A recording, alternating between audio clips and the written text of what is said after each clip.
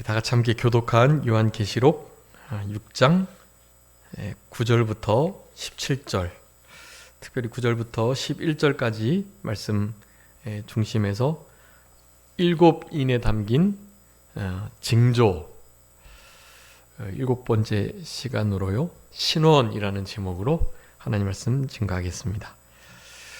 5번째 인을 떼는 것부터 그 첫 번째, 두 번째, 세 번째, 네 번째 인을 뗐을 때에 천사가 하는 말과 말이 나온 것과는 다른 양상이 펼쳐지고 있습니다. 5, 6, 7번째 이 인에 담긴 징조들은 시선을 좀 달리합니다. 그 말들이 이렇게 달렸던 곳은 이 지상을 배경으로 하고 있어요. 그런데 이 오늘 본문에 의하면 여기 9절에 보니까 내가 보니 하면서 이 보는 이 장소는 일단 제단이 보이는 거예요. 제단 우리가 4장 5장 살펴보면서 우리 하나님의 보좌, 그리고 그 옆에 선 일찍 죽임을 당한 것과 같은 어린 양, 그리고 네 천사 24장로, 그리고 종려나무를 들고 흰 두루마기를 입고 셀 수 없는 무리가 하나님을 예배하는 그런 천상의 예배의 그 모습을 그렇게 보는, 거기를 눈으로 향하는 장면이 이제 5번째 인부터 시작되는 것입니다. 이 땅에서 이제 복음운동부터 시작된 그 복음운동을 막으려고 하는 이 붉은 말, 검은 말, 청황색 말, 이런 말들의 역사들, 이런 역사들 속에 믿음을 제대로 지키지 못하면 복음운동, 흰말운동까지 우리가 그 복음운동에 가담하지 못하면 복음운동 자체에 복음적 심판이 있다는 것 말씀드렸습니다. 복음에 함께 참여하는, 복음에 합당하게 살아가는 것이 없으면 그 복음의 이면에 있는, 그러니까 복된 소식이 복음인데 예수 그리스도의 십자가의 죽으심과 부활, 그거와 관계없는 삶을 살아가면 하늘에서 생명체에 기록되어 있다면 하늘에서 생활하게 되긴 하겠지만, 하늘에서 예수 그리스도의 십자가의 그 죽으심의 고난으로 말미암는 영광, 그 부활에 참여함으로, 부활신앙으로 죽음을 이겨내며 하나님 앞에 순교자적인 마음으로 살아갈 때 얻어지는 큰 은혜와 은총들, 이런 것 전혀 볼 수가 없는 거죠. 그리고 이 복음운동이 이렇게 전개됐지만 끝까지 복음을 받아들이지 않는다면 바로 지옥이 있게 되는 거죠. 그렇기 때문에 이 복음운동 흰말의 역사 속에서도 우리에게 분명히 사인을 보내고 계시는 거예요. 복음운동에 힘써 참여해라 라고요. 붉은 말, 검은 말, 청황색 말이 역사할 때 그네들의 시대 사조나 그네들의 사상과 그런 영들의 꾀임에 빠지지 않고 살아가야 되는데, 그렇게 살아가게 되면 하나님 앞에 책망받고 또 실제적으로 여러 가지 모양으로 징계가 올 수 있을 그런 상황들이 펼쳐지게 되는 것입니다. 근데 이제 5번째 인을 뗀 이 장면부터는 실제로 그 네 인을 뗀 상황에서 겪게 되는 여러 가지의 그러니까 예수님을 제대로 믿고 순종하려는 참된 하나님의 종들이 당하게 될 여러 가지 징조들이 거기 기록되어 있어요. 그래서 영적으로 이 5번째 인을 요약해서 설명드리자면, 하나님의 교회에 믿음을 쓰는 자들이 당하게 될 여러 가지 환난들, 그리고 그 환난으로 인한 순교, 그리고 그 순교를 당한 자들이 신원을 해달라고 말씀을 하는 것입니다. 언제까지 우리의 피에 대하여 하나님 그냥 보고만 계실 것이고 이것을 갚아주시지 않으시렵니까? 라고 말씀을 하는 거예요. 그래서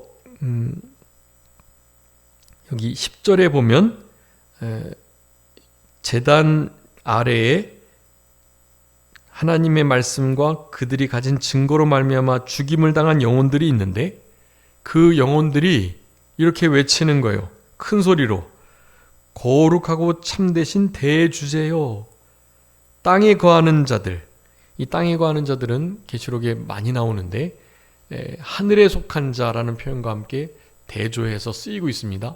여기 땅에 속한 자들은 다 불신 영혼들, 사탄 마귀, 짐승, 또 용에게 붙들려서 이 땅을 버타고 살아가는 자들을 가리키는 거예요. 그런 이들을 하나님께서 심판해 주시도록, 그래서 우리의 피를 갚아주지 아니하시기를 어느 때까지 하시려 하나이까라고 말씀을 하는 것입니다. 여기 우리의 피를 갚아주지 아니하시기를, 여기 신원하여 주지 아니하시기를, 그렇게 개혁성이 되어 있거든요. 신원. 그래서 오늘 5째 인의 핵심은 순교와 신원입니다. 하나님의 교회에 닥친 믿음의 여러 가지 환난으로 인한 순교와 그것을 때가 차기까지는 기다려 주시고 반드시 신원하여 주시겠다라는 그런 말씀을 하고 계시는 징조가 이 5번째 인에 나타난다라고 할 수가 있겠습니다. 네, 여러분 이제 우리 안에 믿음을 쓰다가 이제 그 믿음을 씀으로 인하여 손해를 입고 여러 가지 고난이 닥치는 경우들이 있거든요. 그런 경우에 하나님이 이 땅에서 갚아주시면 너무나 좋긴 하겠는데 그냥 이 땅에서 현세에서 별로 갚아주시지 않은 것처럼 보일 때가 있어요. 그리고 어떠한 사건을 해결해 주지 않으시고 끝까지 억울한 상태, 그리고 누군가는 이 어떤 원한을 좀 풀어줄 만한 한데 그런 일이 좀 이루어지지 않는 것처럼 보이는 그런 일들이 있을 수 있습니다. 이제 제가 목사님을 이렇게 다른 노예 목사님을 도와가지고 여러 가지 일들을 좀 보고 있는데 그 일들 속에 이제 그 근처에 사는 이제 신앙이 좋다고 하는 성도들, 이 가나안 성도들이 많더라고요. 가나안 교회 안 나가는 성도를 가나안 성도라 그래요. 예, 안 나가 가나안. 네, 그래서 가나안 성도인데 그런 이들이 하나같이 코로나 이후에 자기네들에게 제일 잘해주는 사람은 이단들 뿐인 거예요. 일반 교회에서는 그렇게 이단 목사들이나 이단 성도들처럼 잘해주지 않아요. 그러니까 교회는 안 나가고 본인들이 원하는 유튜브의 목사님 스타일을 따라서 유튜브로 다 그냥 예배를 드리는 거죠. 네. 그래서 신앙이 좋은 이들조차도 그런 것이 너무나 일반적으로 보편적으로 그렇게 너무 퍼져 있는 것을 보게 됩니다. 그러면서 그런 이들 중에 믿음을 쓴다고 쓰는데 어쨌든 교회에서 너무 상처받고 교회에 자기가 항상 그냥 교회에서 손해를 보고 초신자부터 지냈는데 교회가 이런 곳인가 회의도 많이 들고요. 그러면서 하나님께서 나를 왜 이렇게 고난받게 하시지? 라는 것 때문에 상당히 마음에 어려움을 갖고 있는 그런 집사님을 우리 노회장 목사님이 이렇게 상담을 해주시는 것을 함께 듣게 되었었는데요. 그런 이들이 아주 많은 것 같더라고요. 그리고 이제 마지막 때는 교회에서 성도들에게, 목회자들에게 또 사탄 마귀가 내부적으로 자신을 공격하는 것들로 사실 상처 입고 아프고 지치고 낙심되고 그럴 상황들이 더 많아질 것 같다는 생각이 듭니다. 여러분 앞으로도 더욱더 그런 일이 많을 거예요. 그런데 우리는 제단 밑에서 하나님의 말씀과 자기가 가지고 있는 그 증거, 예수 그리스도의 십자가의 죽으심, 부활, 그것이 나에게 어떤 역사를 일으켰는지, 그리고 마지막 남은 때 고난에 동참하는 자로 참된 하나님의 말씀을 그렇게 증거하고 전파할 때 닥치는 여러 가지 고난이 있음에도 불구하고 그 일을 끝까지 순종하려고 하는 참된 하나님의 백성들, 그런 이들에게 반드시 이와 같은 고난이 찾아오고 그리고 순교의 자리에 이르게 될 수 있어요. 순교의 자리에. 그렇게 될 때 주님 앞에 좀 신원해 달라고, 이 원수를 좀 갚아주시도록, 이거는 뭐 개인적인 원한을 갚아달라는 게 아닙니다. 여기 신원이라는 뜻, 피를 갚아주다라는 이 뜻이 있죠. 갚아줌. 이 갚아줌이라는 단어가요, 그런 겁니다. 공평한 재판을 내려줌. 공평한 재판으로 좀 우리를 판단해 주세요 라고 말을 하는 거예요. 갚아준다라는 것이요. 그리고 진실함의 여부를 잘 가려가지고 시비를 밝히고 공정하게 재판해서, 특별히 하나님께서 우리들을 변호해 주실 뿐만 아니라 원한을 풀어주시고 결국에는 공의로운 최후의 심판을 허락해 주시기를 바라는 마음, 신원입니다. 그게 신원, 갚아줌, 그런 의미예요. 이 다섯째 이는요, 순교와 신원의 사인입니다. 우리 안에 이제 다섯 번째 인이 이미 영적으로 떼졌고요. 그래서 우리 안에 벌써 교회와 나라와 또 가정과 믿음을 쓰면서 믿음으로 인한 여러 가지 환난을 당한 자들이 거의 순교에 준하는 역경을 당하는 이들이 벌써 있고요. 그럼에도 하나님께서 언제까지 우리의 피를 갚아주지 않으실 건가요? 우리를 언제 신원해 주실 건가요? 라고 외치지만 여전히 그와 같은 기미가 보이지 않는 그런 상황들이 있을 수 있다라는 것, 여러분 이것을 기억해 주시고, 거기에 대한 답변은 무엇입니까? 언제까지 우리 피를 갚아줘 신원해 주지 아니하시렵니까? 라고 물었을 때 어떻게 대답하셨죠? 11절에 보니까 그 수가 차기까지 계속될 거다 라는 말씀을 하세요. 그 수는 이제 자신들처럼 일찍 목배임을 받은 것과 같은 순교자들이 다 찰 때쯤, 여기 이제 개혁주의 해석 중에 이제 우리 이병규 목사님도 그러시고요. 하나님 앞에 순교당하는 자들이 정해져 있다, 그렇게 해석을 합니다. 그 수가 차기까지라고 표현한 것을 보니까요, 하나님의 영원한 작정 계획 속에 다 없을 수가 없죠. 다 정해져 있어요. 그런데 하나님의 뜻을 이루실 때 이를테면 뭐 순교자를 100명 딱 만들어 놓으셨는데 그 100명이 딱 찾아 하나님께서 이제 신원하시는 역사, 온전한 심판을 100명이 찾아마자 딱 내리는 그런 느낌의 표현이 아니에요. 이것은 사실은. 그래서 원어적으로 보면 여기에 이 수라는 단어가 아예 없어요.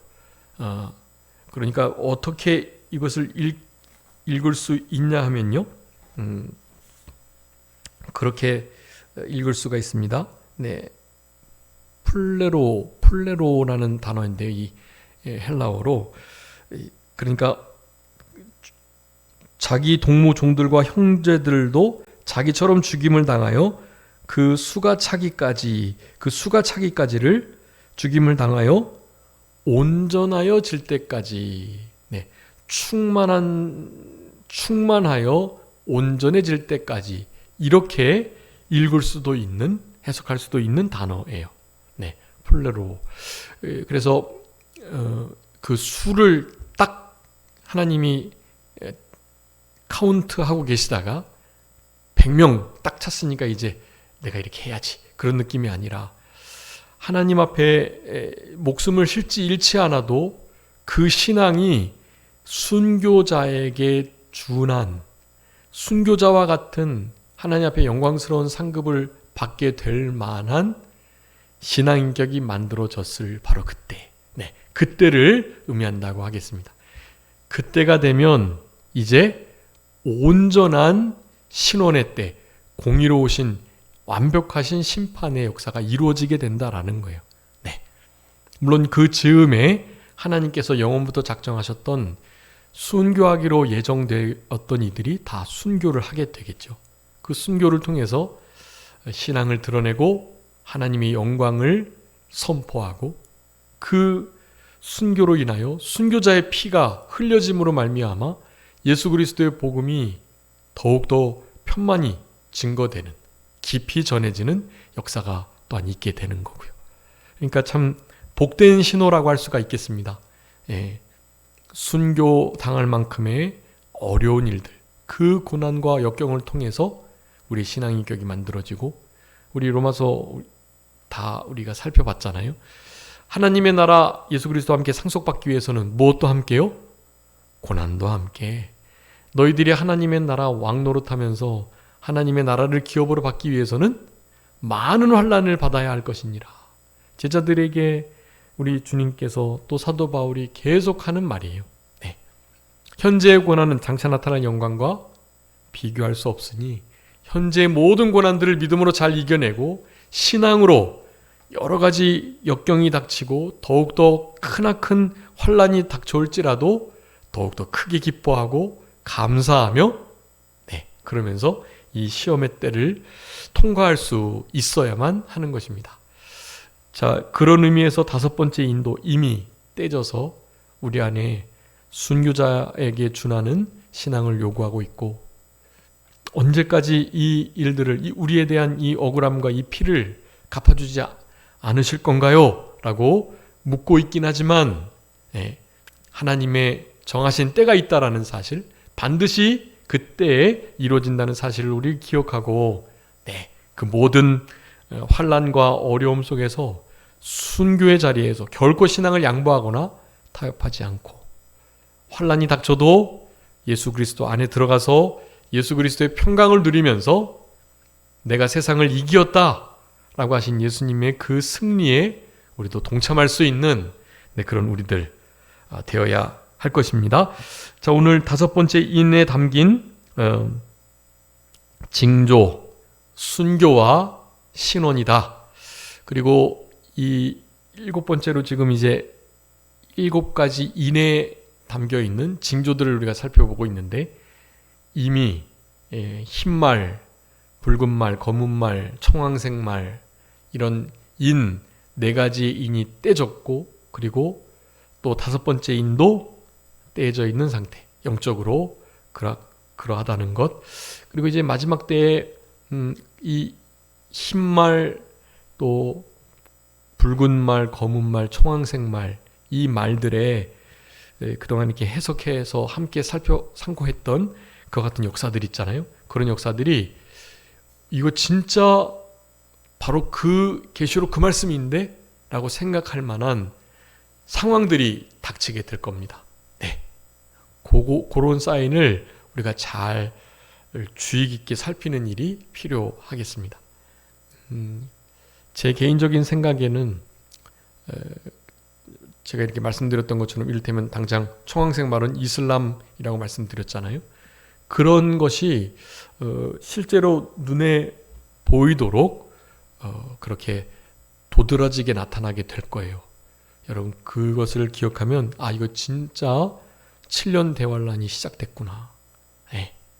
그래서 이제 우리가 계속 살펴보겠지만 그 일곱 번째 인이 떼질 때에 나팔 재앙이 시작되고요. 제 일곱 번째 나팔이 울려 퍼질 때 이제 첫 번째 대접 재앙이 시작되는데, 우리는 무엇만요? 인, 그리고 나팔 재앙. 제 일곱 번째 나팔이 울려 퍼질 때 선지자가 말한 예수 그리스도의 나라가 임하게 되고요. 그러니 하나님께서 우리를 바로 그때 신원하시는 날이 우리가 공중에서 우리 주님을 영접하게 되는, 우리는 역사주의적 전철연설을 믿는데 환난 중간 휴거설을 믿습니다. 네, 환난 중간 휴거. 그러니까 인나팔 재앙이 환란의 중간쯤보다 조금, 한때도 반 때보다 조금 지난 즈음, 7번째 대접 재앙이 시작될 때니까요. 그 7번째 대접 재앙이 시작될 바로 그때는 이제 그냥 극한 환란, 전무후무한 극심한 환란이 있을 바로 그때예요. 말씀드렸던 것처럼 이는 징조, 7징조를 가리키고, 나팔은 뭐라 그랬죠? 7 경고, 그리고 대접은요, 그것이 그야말로 7 재앙, 7 재앙의 심판이라고 말씀을 드렸습니다. 우리는, 믿는 우리들은, 생명책에 기록된 우리들은 그 대접 재앙을 받지 않는 거예요. 근데 말씀드렸던 것처럼 인나팔 대접 재앙이 지금도 동시다발적으로 부분 다 일어나고 있다. 네, 이런 것들을 생각하시면서, 그렇지만 이 성경 말씀에 문자적으로 도드라지도록 이런 역사들이 실제로 있을 수 있으니까, 그때가 딱 뭐 7년이라고, 3년 반, 7년이라고 이렇게 문자로, 숫자화로 명확하게 말할 수는 없지만 충분히 그럴 개연성이 많다라는 것을 생각하시면서, 네, 여러분, 5번째 인, 뗄 때 우리 사도 바울이 보니 9절에 하나님의 말씀, 그리고 그들이 가진 증거로 말미암아 죽임을 당한 영혼들이 제단 아래에 있다라고 말합니다. 여러분, 제단은 여기는 이제 분향단하고 번제단, 계시록인 2가지가 그렇게 나오는데요. 당연히 이건 번제단이겠죠. 그 번제단 밑에, 그 제단은 하나님의 보좌 밑에 있는 제단이에요. 하나님의 보좌 옆 밑에 그 제단이 있는데, 그 제단 아래 그 순교자의 영혼들이 이렇게 자리를 하고 있었던 것입니다. 그 영혼들이 신원해달라고, 피를 좀 갚아주시도록, 자기네들은 천국에 들어가서 하나님 보좌 아래, 제단 아래 그 영광스러운 자리에 있기 때문에 이미 다 신원이 된 거죠. 네, 더 이상 뭐 신원할 게 없어요. 자신들의 육체가 이제 부활체가 돼서 나중에 공중재림할 때 연합이 되면 되는 거고요. 지금은 사실 신원이 된 상태거든요, 그들이. 영광스러운 제단 아래에 자리를 잡게 되니까요. 순교자의 반열이 있다는 뜻이거든요. 그러니까 참 좋은 건데 외치고 있는 거예요. 언제까지 우리의 피를 갚아주지 아니하실 건가요? 라고 계속 외치는 거예요. 이 말은 우리가 어느 원수 같은 어느 대적들이 우리를 예수 믿는다는 이유로 죽였습니다, 하나님 저 원수 좀 갚아주세요, 그런 느낌이 아니라 신원, 갚아줌이라는 단어의 뜻을 설명드렸던 것처럼 공정하신 온전한 재판이 있기를 바라는 거예요. 그래서 공의가 세워지기를, 자신들을 순교의 자리에 있게 하고, 그리고 하나님의 나라를 허물고 있는 이 예뱀, 마귀라고 하는 사탄의 세력, 그들의 하수인들, 짐승들과 우상신들, 갓들, 이런 이들이 당연히 하나님 앞에 온전히 무너지는, 처벌받는 일들이 있어야 하죠. 공의로움이 세워져야죠. 그것을 바라고 있는 거예요. 5번째 인은 그런 의미입니다. 이 인이 떼어지면 하나님의 공의를 바라는 거예요. 순교자들의 입에서 신원하여 달라는, 공의로우신 재판을 내려주시라는, 우리를 향하여 변호해 주시고, 그리고 우리의 공의로우신 하나님의 영광이 드러나시며, 우리 하나님께서 이루고자 하시는 그 공의, 정의, 의로우심이 온전하게 세워지도록 그렇게 하나님 앞에 간구를 드리고 있다라고 할 수가 있겠습니다. 여기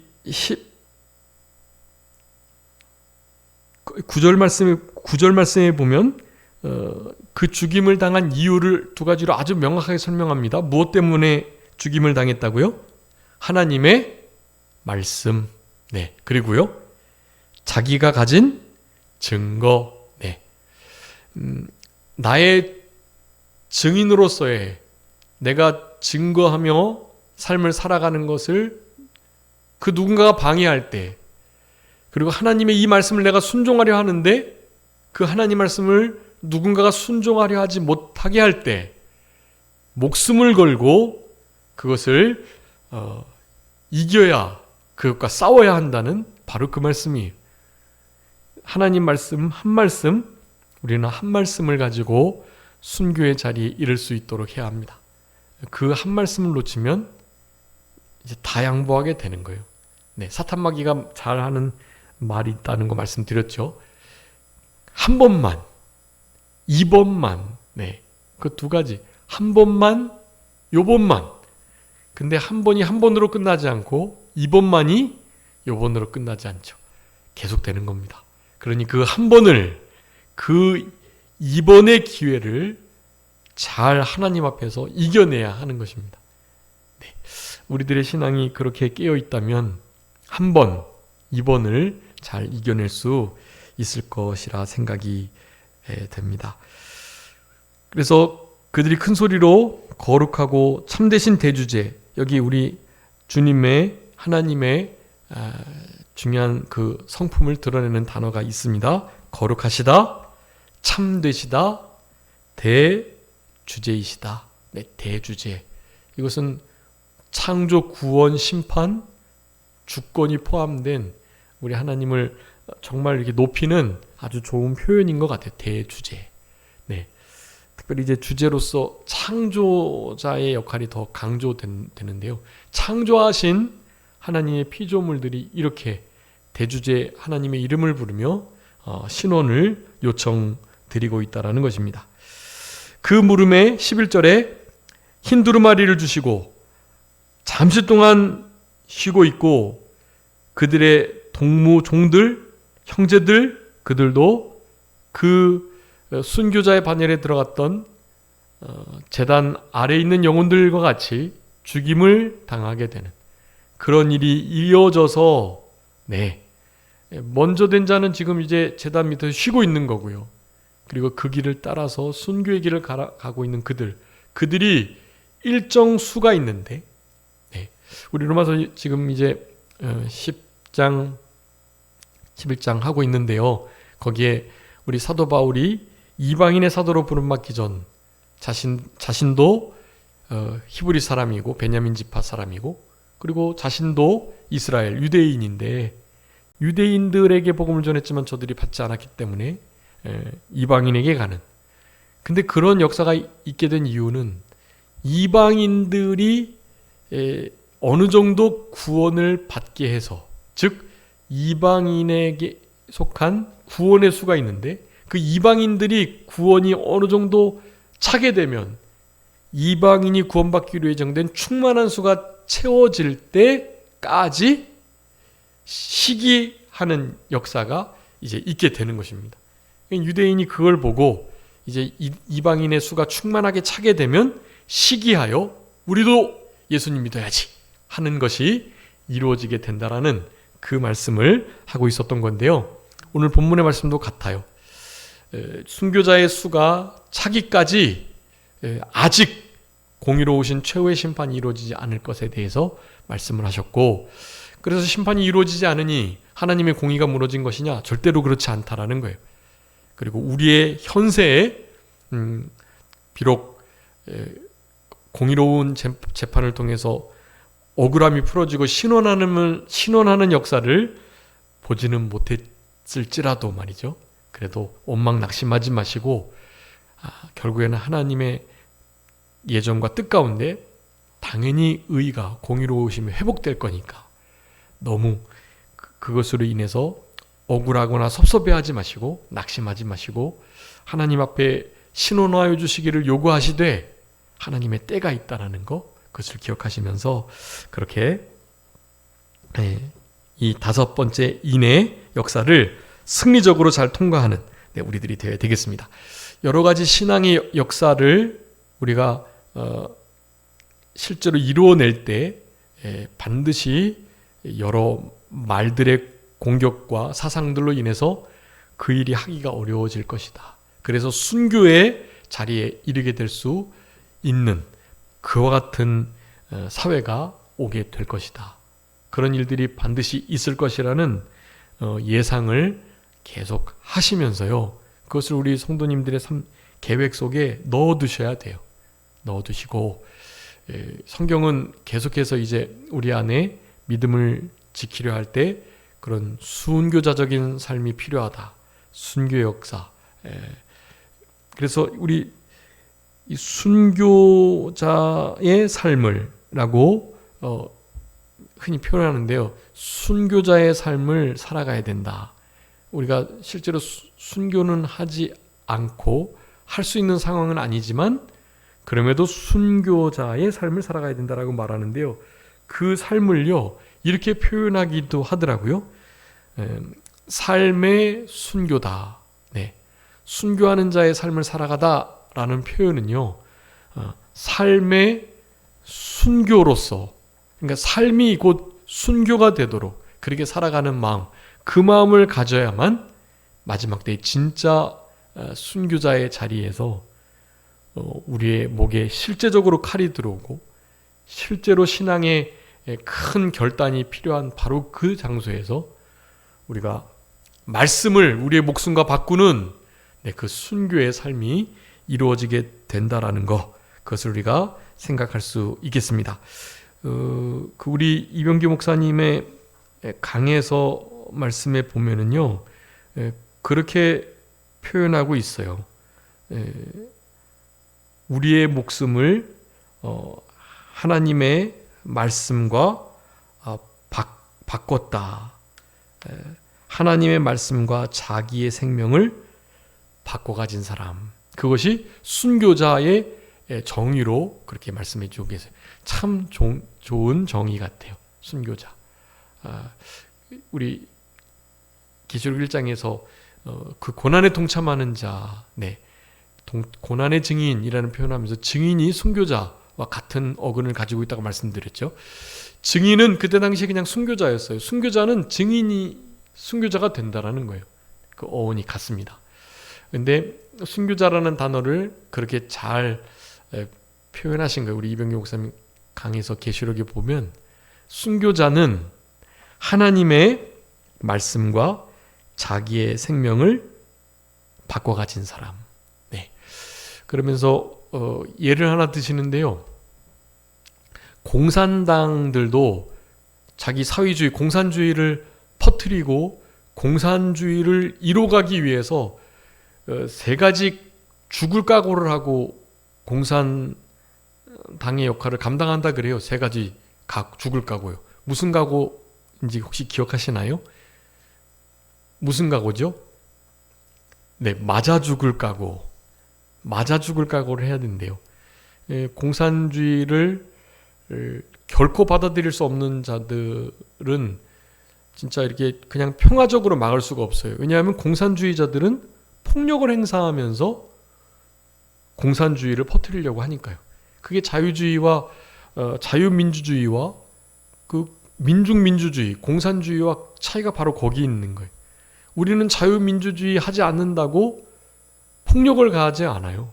근데 그네들은 공산주의, 민중민주주의를 하지 않는다면 민중들이 죽창을 들고 인민재판을 해가지고 자기들과 다른 사상을 가진 이들은 다 죽이는 거예요. 가장 큰 사상을 가진 자들이 기독교의 기독교. 기독교는 어떤 면에서도 공산주의와 함께 할 수 없거든요. 그렇기 때문에 공산주의는 기독교 사상을 가진 이들을 죽일 수밖에 없습니다. 죽이려고 하니까 그냥 죽을 수는 없죠. 우리 기독인들도. 끝까지 저항하고 끝까지 싸우는 거에 힘써. 그러다가 보면 공산주의자들도 피해를 보겠죠. 중국 공산당도 그렇고 북한도 그렇고 얼마나 많은 피해를 보잖아요. 맞아 죽을 각오를 해야 합니다. 공산당 노릇을 하려도요. 하물며 우리는 크리스찬으로서 살아가려고 하나님의 나라 백성으로 살아가려고 하는데요. 이 세상 나라에서 얼마나 많은 공격이 있을 거고 더욱더 맞아 죽을 각오 해야죠. 네. 우리가 복음을 전한다고 맞아 죽는 일은 없었지만 이슬람교하고 공산주의 세계 속에서는 실제로 맞아 죽는 경우들이 있습니다. 돌에 맞아 죽기도 하고요. 필리핀 사람들, 또 저기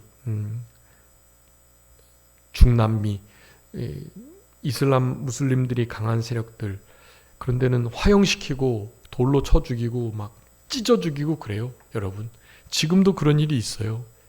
예. 그런 이들을 위해서 우리도 함께 기도해야 하고요. 우리도 그런 자리에 우리가 있었다라는 생각을 가지고 우리도 삶의 순교를 잘 반영하는 순교자의 삶을 살아가는 우리들이 되어야 하는 것입니다. 또 얼어 죽을 각오해야 된다 그러더라고요. 같이 다 못 살게 되거든요. 공산주의는 얼어 죽을 각오. 네, 추우니까요. 네. 그 다음에 굶어 죽을 각오. 네. 목사님 강의에서 그렇게 나와요. 얼어 죽을 각오, 굶어 죽을 각오, 맞아 죽을 각오를 하면서 공산주의자들도 그 사회주의를 퍼뜨리려고 한답니다. 하물며 그리스도인으로서 하나님의 나라를 세워가야 할 신본주의자들, 우리들이 죽음의 각오를 안고 살아간다는 건 사실 그렇게 안 살아가겠다는 뜻입니다. 네, 그러니까 순교자의 각오를 가지시고 남은 때를 살아가시는 우리들이 되었으면 참 좋겠습니다. 우리 로마서 12장에 보면 신원하여 주시지 않을지라도 주님께서 갚아주실 거니까 주님 우리의 원수를 갚아주세요 라고 원수 갚는 것을 누구에게요? 하나님께 맡겨야 된다는 말씀을, 신명기 말씀을 인용해서 사도 바울이 한 말씀을 우리가 살펴봤었습니다. 네, 여러분, 우리가 하나님께 맡겨야 될 건 많은데요, 그 중에 하나 원수 갚는 거, 우리의 길, 행사, 우리의 영혼, 또 원수 갚는 것, 네, 이런 모든 것들 하나님께 다 맡겨야 될 것들이에요. 네, 그리고 특별히 우리의 염려와 우리의 짐, 근심, 이런 거 다 맡기셔야 돼요. 여러분, 10가지 맡겨야 될 것들, 우리의 질고와 우리의 염려와 또 우리의 연약함 다 맡기셔야 돼요. 네, 그런 것을 맡기시는, 그럴 때 하나님께서 진짜 신원하시는 역사를 우리들에게 주신다라는 거 기억하시면서 빌립보서 1장 29절에 그리스도를 위하여 너에게 은혜를 주신 것은 다만 그를 믿을 뿐 아니라 그를 위하여 고난도 받게 하려 하시려고 우리에게 은혜를 주셨다라고 했으니까 은혜 받은 자로서 고난 받는 거 당연하다 여겨야겠죠. 우리 모세도 하나님의 백성과 함께 고난 받기를 잠시 죄악의 낙을 누리는 것보다 더 좋아했다고 분명하게 히브리서 11장의 믿음의 장에서 말씀을 합니다. 디모데후서 2장에 그리스도 예수의 좋은 군사로서 함께 고난을 받으라 라고 명령하고 계시고요. 그리스도 안에서 경건히 살고자 하는 자는 핍박을 받겠다. 디모데후서 3장 12절에 말씀했었죠. 베드로전서 2장 19절에도 부당하게 고난을 받아도 하나님을 생각함으로 참으면 아름답다라고 말씀했고, 베드로전서 4장 13절에 그리스도의 고난에 참여하는 거 즐거워해라. 너희로 장차 나 즐거움의 영광스러운 그 상급에 참여하게 되기 때문이다. 그렇게 말씀했어요.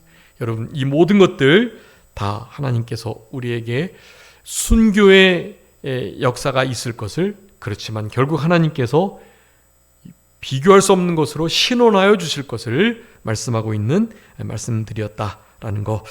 계시록 16장이나 17장에도 보면은요, 이 성도들 그리고 선지자의 피를 이 사탄 마귀, 짐승의 세력, 우상의 세력들이 그렇게 피를 흘리고 취하고 마시고 하는 일들 한다고 그랬어요. 네, 성도들의 피, 예수 증인들의 피에 취한 여자를 하나님께서 징계하시는 것을 계시록 17장에서 말씀하는데요. 그런 모든 것들, 네, 그냥 하나님의 역사 속에 그건 당연히 있는 일이다 라는 것을 여러분 기억하시고, 오늘 본문의 말씀 순교와 신원의 이 역사가 우리 5번째 인을 뗄 때에 분명하게 드러난 징조로 우리를 향하여 교훈하고 계시니까 마지막 때에 순교가 있을 것을, 그리고 당연히 신원하여 주시는 은혜의 역사가 있을 것을 기억하시면서 우리 남은 때 이 5번째 인이 실제로 떼질 때 우리는 그 제단 밑에 있는 순교자의 그 영혼에 속한 자들로 그렇게 영광스럽게 드러날 수 있는 그런 우리 모두가 되었으면 참 좋겠습니다. 잠깐 기도하겠습니다. 살아계신 우리 아버지 하나님 감사합니다. 이 마지막 때에 교회가 환난과 역경, 고난과 큰 순환을 받을 수밖에 없고 그것으로 말미암아 순교가 없을 수가 없는데 하나님께서 우리들에게 순교의 자리를 허락해 주시기를 원하오며 그 순교의 자리에 섰을 때에